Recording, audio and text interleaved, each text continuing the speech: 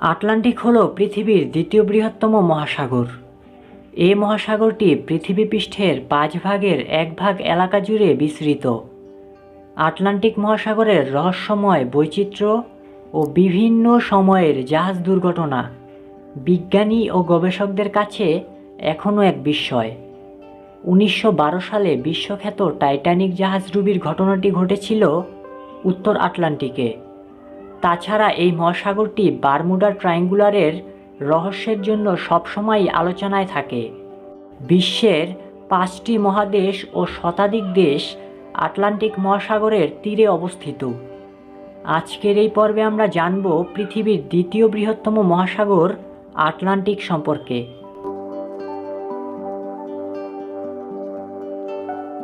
Atlantic মহাসাগরের আয়তন 10,64,60,000 বর্গ কিলোমিটার।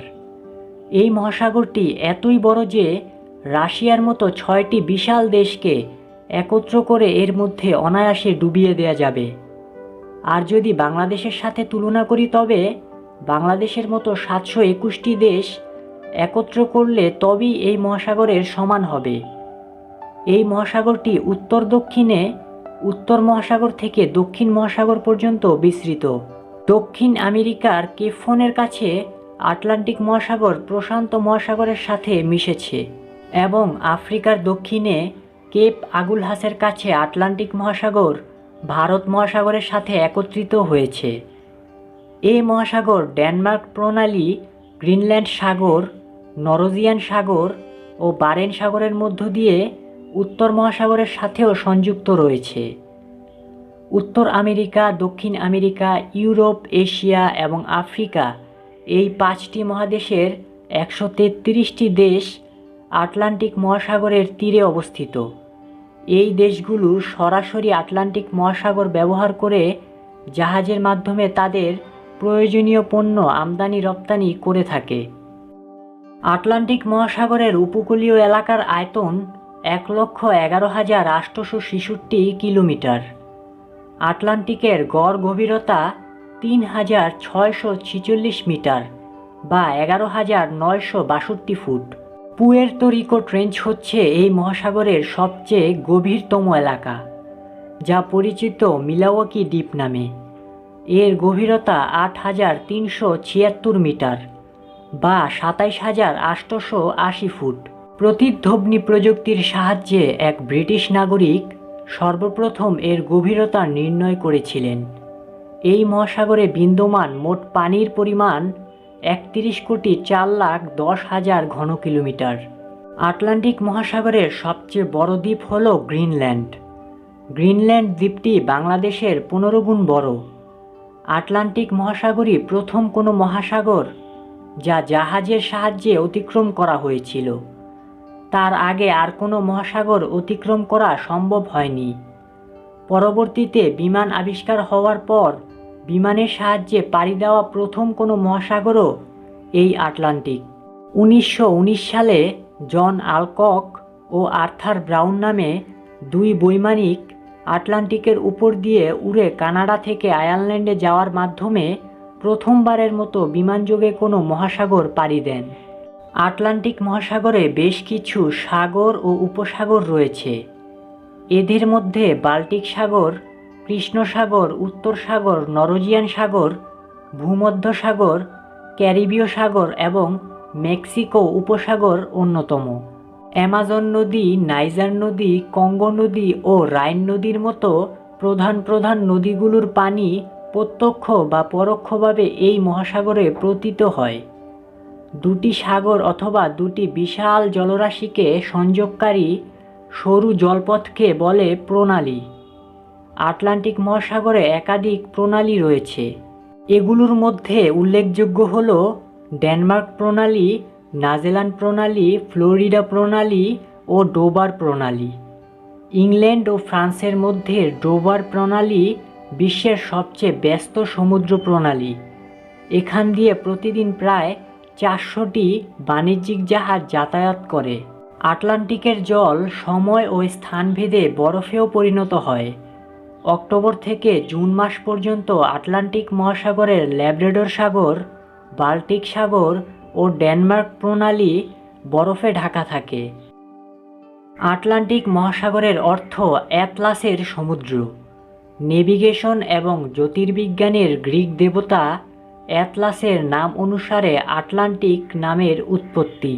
টাইটানমির পর অনন্তকাল ধরে আকাশ ধরে রেখেছিলেন অ্যাটলাস, এমনটাই বিশ্বাস করেন পুরনো ধ্যান ধারণার মানুষরা।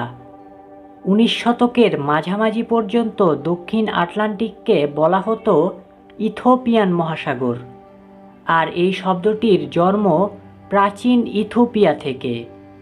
তবে তারও আগে ইংরেজদের কাছে এটি পরিচিত ছিল গ্রেট ওয়েস্টার্ন ওশেন নামে।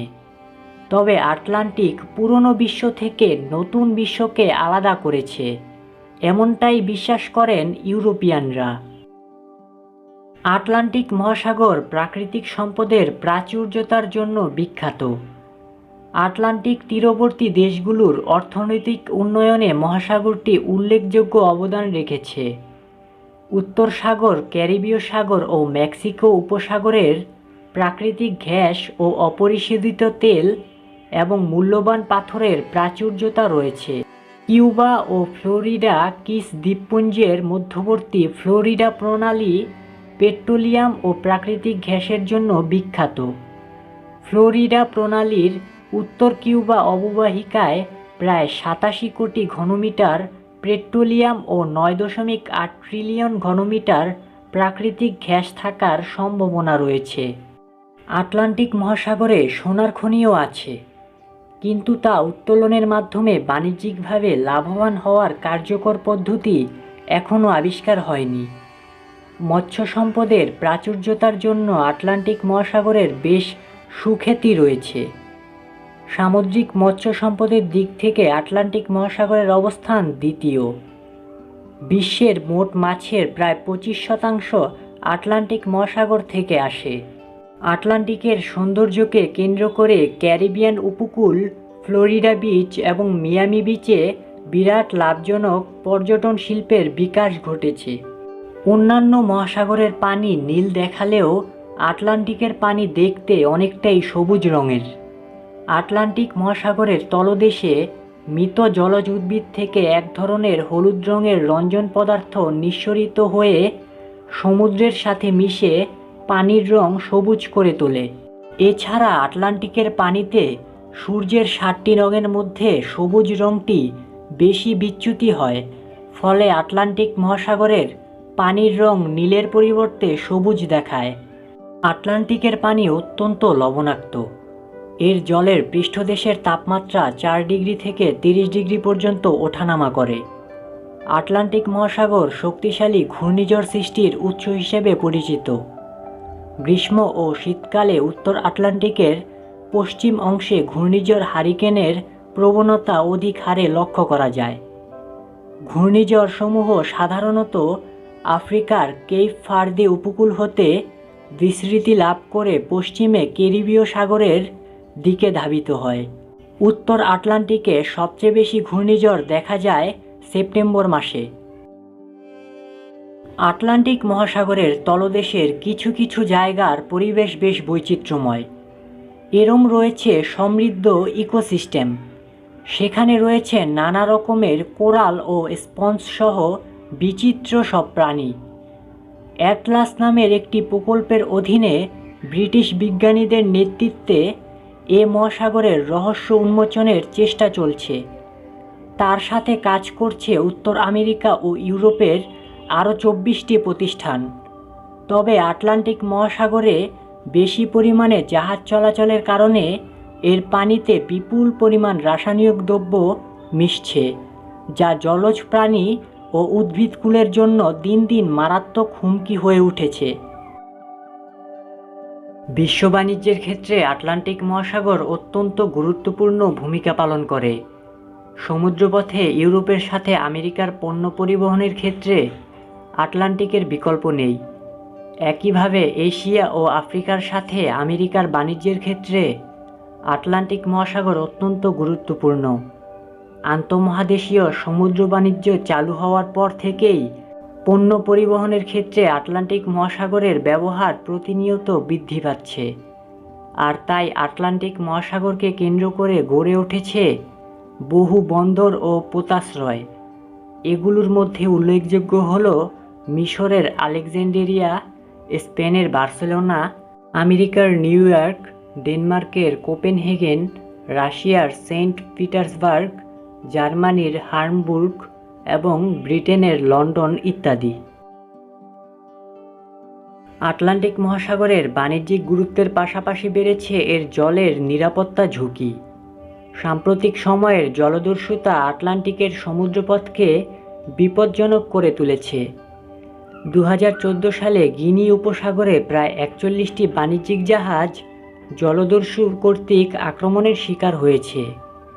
2000 সাল থেকে আন্তর্জাতিক রুটে চলাচলকারী জাহাজগুলোর জন্য রীতিমতো হুমকি হয়ে উঠেছে সোমালিয়ান জলদস্যুরা।